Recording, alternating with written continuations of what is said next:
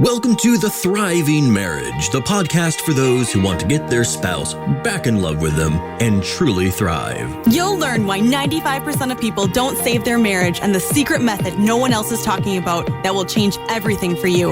Are you ready? Let's turn tragedy to triumph.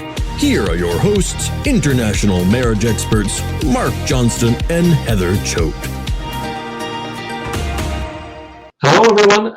My name is Mark Johnston, head coach here at High Thrive Coaching. Welcome to our weekly podcast. This week, we are talking all about the secrets to reconnect with your spouse. And, I want to start off by saying, okay, first off, there's not going to be any sort of magic wand or magic bullet that I'm going to give you. Not going to happen. Still, I do want you to listen in today because what I'm going to have to say will absolutely help. Now, I'm assuming many of you are in a rough situation, looking desperately for some way to build connection when it's been lost, and we're absolutely going to get to that. I always like when I'm working with people, when I'm sharing information, I always like to set things straight, sometimes to be very straightforward, be a little bit blunt. And so I'm going to just say, like I said, while I'm not going to offer any magic bullets, I am going to offer you paths forward. I'm going to be teaching you about principles that you really need to keep in mind in order to really allow for that reconnection to happen. But before we get to that, I do want to get into our client win of the week. With these, we always change the names up for privacy's sake. But I have Gregory here who had posted in the group, and like many of you, Gregory had experienced his wife telling him that she no longer loves him, that expressing that they should separate. And what Gregory was able to do, after looking through our program, he said, okay, I need to let go of this a bit. And I need to just, be a little bit more at ease, certainly work on it, but just be a lot more at ease than he had already been. And recently, he had a weekend with his wife where, because of the ease that had been created, they're really able to open up with each other. And there's a lot of honesty, a lot came out. And even with all that difficulty, Gregory was able to express to her that he still loved her, he's still able to support her, still wanted to be there for her.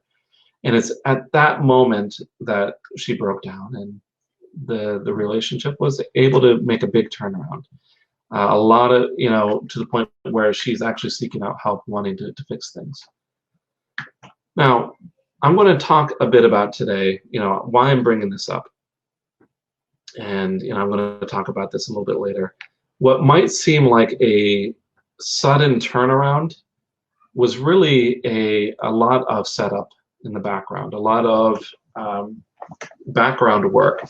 And this is a lot of you will see similar situations where there's a lot of work done and you don't see a lot of progress until suddenly something clicks and a very sudden change happens, just like what happened with Greg. So if you want to hear about how to get started on some of that, how to build the framework to get that sudden change, that's what we're going to talk a little bit about today, that building up of connection.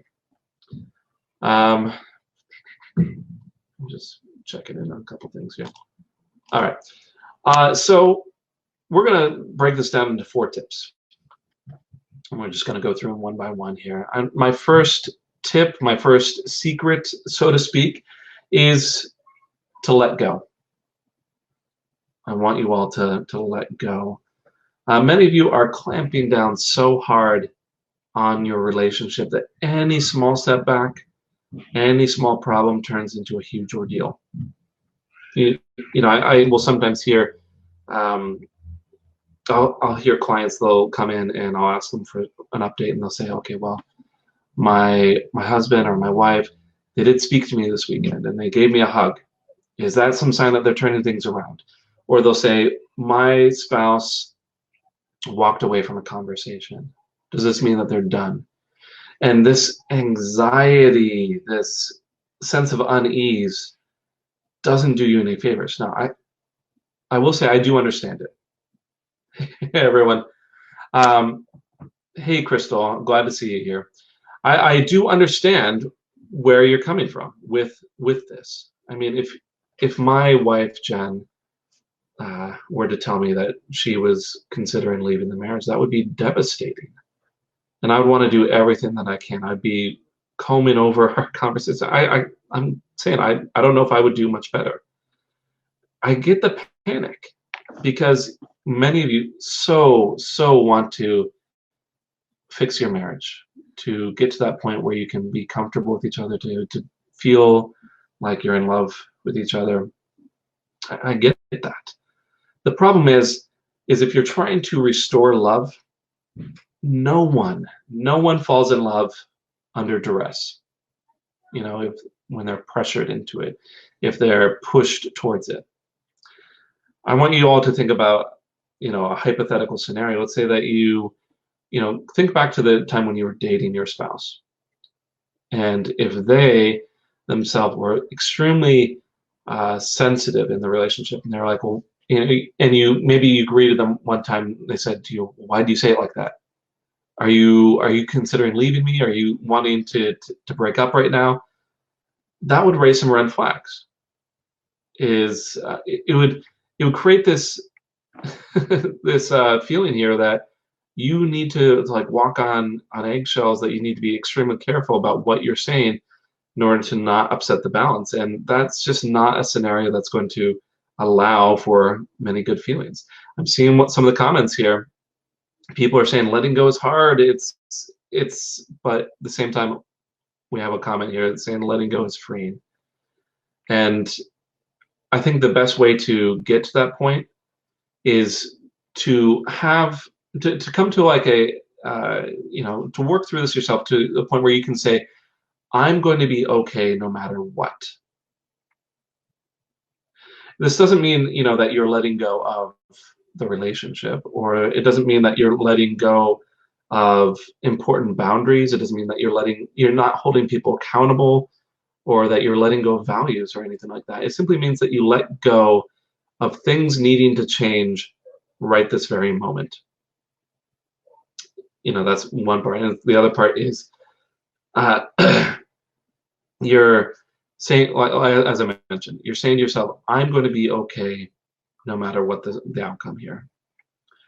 I'm reminded slightly of a principle within the philosophy of the law of attraction. I happen to like what's called the law of attraction. If you're not familiar, it's essentially, if everyone remembers the big sensational book and movie some years ago, what's it called, The Secret. I don't think I read it myself. I didn't read it myself. I came into it from other avenues. But yeah, The Secret basically talks about the law of attraction. But within it, there is a sub principle called the law of gestation, which basically says, hey, everything is going to take its own time, and that to try to force things to move along quicker isn't going to do you any good. Sometimes an analogy of a seed or of a tree comes to mind. Say, hey, if you plant the tree, you can wish and want all you want for it to grow faster, but it's probably not going to grow faster. Some of you are saying, I've let go so much that I no longer care, and that's ideally not where you're getting at. That obviously is going to create problems itself. Mostly it's getting to the point where you say, I would still like to be with this person. I'm going to be okay even if they don't want to be with me. I think that's the ideal circumstance if your spouse is considering leaving, such that you are still working towards it, but you're confident enough in yourself if it doesn't go your way. Why does this build reconnection? It's like I said, you can't fall in love under duress and with a stressful, hypersensitive, it just doesn't work. I see a lot of people saying you need to focus on yourself, and I do agree with that. Focusing on making sure that you feel healthy in and of yourself, I think, is an ideal circumstance, because many, we get into so many other principles talking about that, but for many of my clients, I tell them, hey, work on yourself, make sure that you are healthy. If this happens to make the other person uncomfortable such that they want to make bigger changes, so be it. Let go. Second principle here is about creating understanding. Connection is extremely difficult when you don't feel understood. When couples start to come apart, it can become very easy to get defensive, think of your own needs, or possibly maybe even you're just focusing on the needs of your children. But why though would your spouse pull away is the question that you want to ask yourself. Why would it make sense? Why would they possibly want to do that? If you can only think of how this will hurt, whether it's you or children or anyone else, you haven't given this enough thought. And somewhere in there is likely a very legitimate reason to pull back, even if it's something that you disagree with. Until your spouse's position can be appreciated in some way, shape, or form, you're likely going to continue to see large amounts of resistance and pullback. This is, just strictly because there's a principle here. If you have goals that are clashing against each other, and there's very little crossing over to understand the other person's perspective, people aren't going to, they're not going to cooperate with you. I will tell clients this all the time, that common goals removes resistance. If I want to, if my wife were to want to leave and I'm saying, please stay, every time that we come to this point of a discussion, it's going to create a clash. But if I can say, hey, you know what? I can see that you are upset. I can see here even that why you might think separating might cause some happiness. I bet it would probably provide you with a lot of relief in terms of having to think about problems every day. By creating some of this understanding, it can also open up some new avenues for solutions here. Because if I'm saying, I understand you're trying to escape some stress, maybe it doesn't have to come to a separation. Maybe other solutions can present themselves. And if you understand exactly what your spouse is looking for, it becomes so much easier to find common goals, things that you both want. And even if that common goal is something much lower, much smaller than something like reconciliation, at least you can get to a point where you're cooperating and connecting a little bit. At least you're getting to a point where you can say, we're solving some problems together, and the possibility to expand from there becomes much greater. The third tip, the third secret here is to create space for the relationship. Make yourself available. While I am saying that you should focus on yourself, that you should you should focus on yourself, you should be healthy, there needs to be some ability for there to be an open door for the relationship. I don't think many of you will be surprised, but I hear so many cases when I first start talking to people, start off something like this. They say, well, we started working opposite schedules and then we grew apart, or we stopped going on dates, and then or we don't really have any shared hobbies, and so or our interests aren't really compatible, and on and on and on. Essentially, when things like this start to happen, spending time together becomes difficult. It's a chore. If you're having to push past obstacles every time that you want to connect, it's no wonder that you're not going to connect, especially if you add in other stressful components into the relationship, like children, like separation, like arguments, and whatnot. Now, I'm not saying here that you sit around the house and make sure that you're waiting for your husband or wife for them to, jump at your call. Not at all what I'm saying. I think the ideal stance to take in something like this is to help your spouse to understand that you are available, that you would like to be with them, that you would like to connect with them, but that you are going to go out and take care of yourself regardless. This is going back to that letting go principle. I'm seeing some comments here saying, I've made myself available, but he's so disconnected. And this is going to be a lot more. We're going to connect a lot of these principles here of letting go, that law of gestation. It might, the person who commented that, it might not click the first time you make an invitation.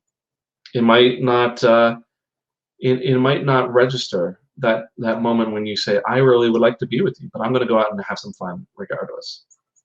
But like I said, sometimes a lot of the work is done in the background, and we see a sudden change here. And certainly, you run the risk of sending some mixed messages if, for instance, you at some point say to yourself, well, fine, if they don't want to be with me, then I don't want to be with them, and you really push them away. I'll give you an example in a healthy relationship. So my wife and I, we often try to create space for our relationship, and most every evening we are spending time together. At the same time, we do let go of our relationship a little bit. There's times when I say, I really need an evening to myself, and that's perfectly fine. Other times, I'll say, I really want to do this thing that would interest me. My wife and I will play games together, or we'll watch movies together. I'll say, I really want to watch this movie. It would really mean a lot to me. But if you don't want to, that's fine. I'm expressing here an interest in being with you because I really like being with you. This is creating space for the relationship, and my wife then is free to choose to join me in that situation. Most of the time she does, and it feels great. And other times she doesn't, because I have some understanding that she has her own needs, her own interests, and she might not always join me. But by creating space and then putting the invitation out there, it allows for us the opportunity to connect. I have pushed aside obstacles, at least one more obstacle here, to allow for there to be some connection. And my wife will do the same to me. My wife really enjoys those romantic comedies. I might not always be interested in them, but if she expresses that she is really excited about that, about watching a certain movie, and say, I would really like to spend some time with you and share this experience. She's creating some space. We're using the same principle, just perhaps in less healthy circumstances. And as I said, you might hear the train in the background. I live right by a wonderful looking river, Susquehanna River. It's a great view. I love going down there, but it doesn't have the detraction of a railroad that goes right along the river. Anyways, people are asking here, what about when they're having an affair? you had to complicate the matter with questions like that. Quite frequently, this is going to depend from situation to situation, and how bad the affair is, how much the partner engaged in the affair still wants the relationship, whether there is really terrible act of damage going on, which an affair usually will cause. It really depends on the situation. Some clients I tend to look at this in terms of like a carrot and stick sort of situation. Do you offer a lot of support and care and creating space, or do you set boundaries and make sure that there's respect? And that's going to depend situation to situation. So in terms of creating space when there's an affair going on, I will say that in trying to repair affairs, it is oftentimes helpful to describe or to allow a path forward, even if the partner isn't taken, even if you are setting boundaries, and if you are really making sure that you're respecting yourself. It's important to allow some path forward, even if it's under certain conditions. That's what I would say in that sort of circumstance. The last secret, the last tip would be to be more open and vulnerable in positive ways. Connection in many cases is emotional at its roots. Certainly there are other types of connection. There is that physical connection and that emotional connection. And I really love talking with my wife on an intellectual level, and that feels very different than other types of connection. I like sharing ideas with her and discussing theories and whatnot. But in many cases, it is about being more open in the ways that you do want to connect. Many times, a couple pulling apart has much more consistent negative interactions and negative feelings and negative jabs at each other. And because of this, it is extremely important, if you were trying to build up connection, to be able to know and acknowledge moments that you genuinely feel connected, you feel good, you feel valued, you feel respected, and to point those out. It's really easy to skip over those moments. It's really easy to ignore those moments and discount it, say, well, this isn't how it normally is. This is them, trying to butter me up, or, it's really easy to assume the worst. It also isn't helpful. I remember a point, and I might have shared this story before. I remember a point in my marriage when there was a lot of stress in my life. I was going to grad school, and I had a full-time job, and I had another job on the side, and we also had just had our third child, and Jen and I were not connecting well at all. We just weren't. And we came to each other a bit annoyed, a bit upset. We're like, this just isn't working very well. And we were both also surprised at how much the other person cared about that connection and how much effort we were actually each putting into it and not recognizing it. What I'm saying is that when that stress ramps up, it's really hard to recognize those positive efforts in your spouse.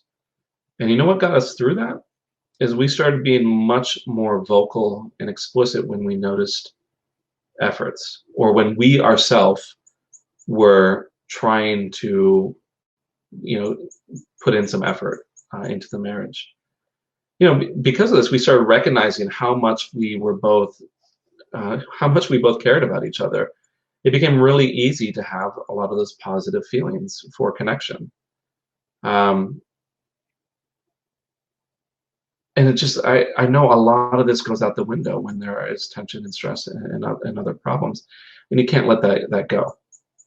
Even if it's a bit of an effort, even if you have to say, you know what, I know we've been having a lot of tension and I've been pointing out a lot of faults, but I want to make sure that I am noticing moments when things are going well. You might hear me talk about this, and it's, I'm only going to talk about when I really genuinely feel good with you. You might need a bit of a preface like that, but I can guarantee you that it will make an impact on feeling more connected. So those are the 4 secrets. The 4, I'm going to just pull back the curtain a bit. I'm going to say, sometimes we label things like this in this business, the 4 secrets, the 4 magic ingredients and whatnot. And like I said, nothing is going to be a magic bullet here. But I do think that these tips, these principles, will take you much further than if you're doing the opposite, like in many cases is happening when there's a lot of fighting going on in a marriage. So before we get into our marriage myth buster here, I do want to call attention to some changes that we've been making with our program. Recently, we have been really trying to make things much more accessible for anyone that's wanting some help. And with that in mind, we have made some adjustments to our online path program, meaning the program like where you go in and watch videos. Previously, it was a do-it-yourself. It was a self-study course. But we've heard some feedback, and we wanted to make sure that everyone gets as much help as we're able to give them. So with that in mind, we have started a new direction with the self-study course, such that we wanted to include some extra exercises in there, and that as long as those exercises are completed and submitted, we want to make sure that we are talking with you directly. So added onto the self-study course, anyone who purchases it from here forward will be receiving a one-on-one session with our team to help plan out your recovery, to help you get you started on the right path.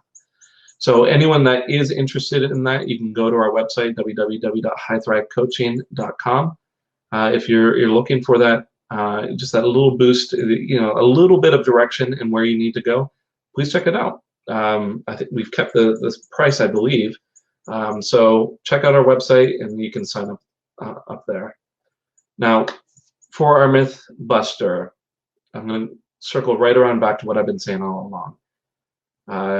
The myth here is that there are secret tips or magical actions that will turn everything around in the event of a problem. Some people will say, my wife, my husband is mad at me. So what do I need to do? Do I need to get them flowers?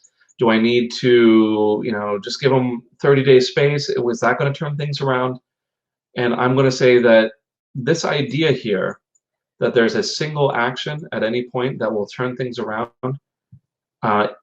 in the event of a marriage crisis, in an event where your marriage, the ongoing continuation of your marriage is at stake.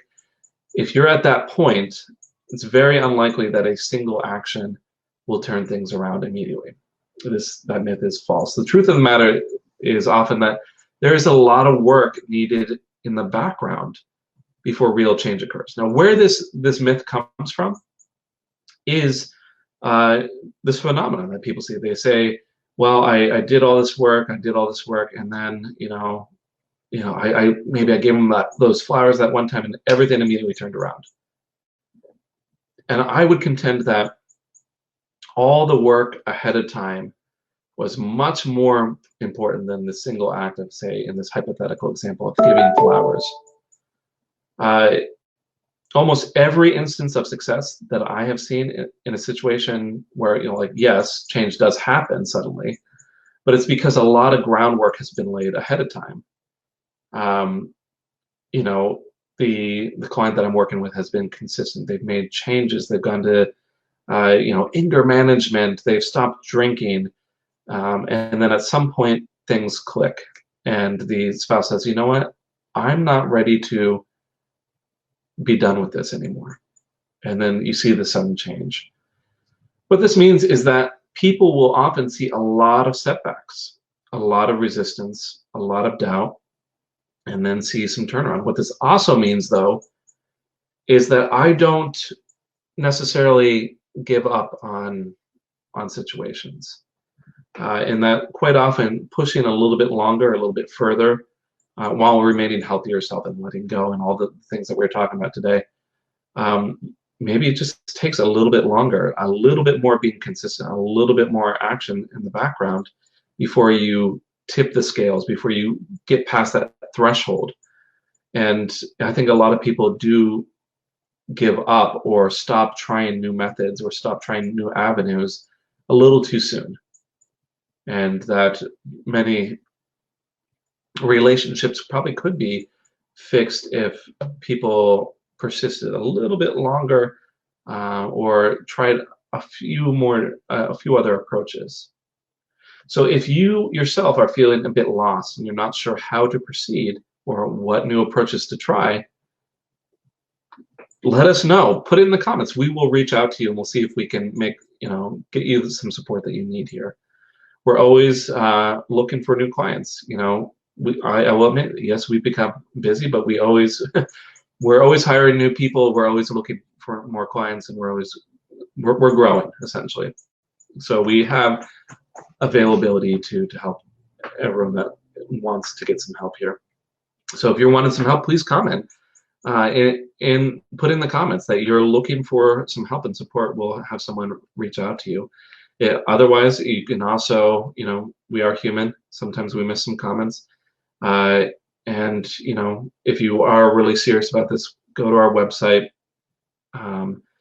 Either sign up for the self-study course, or if you're really serious, you can always go to www.highthrivecoaching.com/apply, and you can get immediately in contact with someone from our team to evaluate whether our program would be a good fit for you. All right, so that's all I have here. Thank you for listening, everyone. I will be, of course, here back next week. Hopefully, we'll have Heather rejoining us. She's been through the ringer a bit with, of course, having a new child and caring for that child. But she's expressed to me that she does want to get back involved with these podcasts. So hopefully, we'll see her next week. But until then, good luck to everyone. Let us know how we can help. Thanks for listening to The Thriving Marriage, your A to Z blueprint for not just surviving marriage, but thriving. Until next time, my friends, thrive on.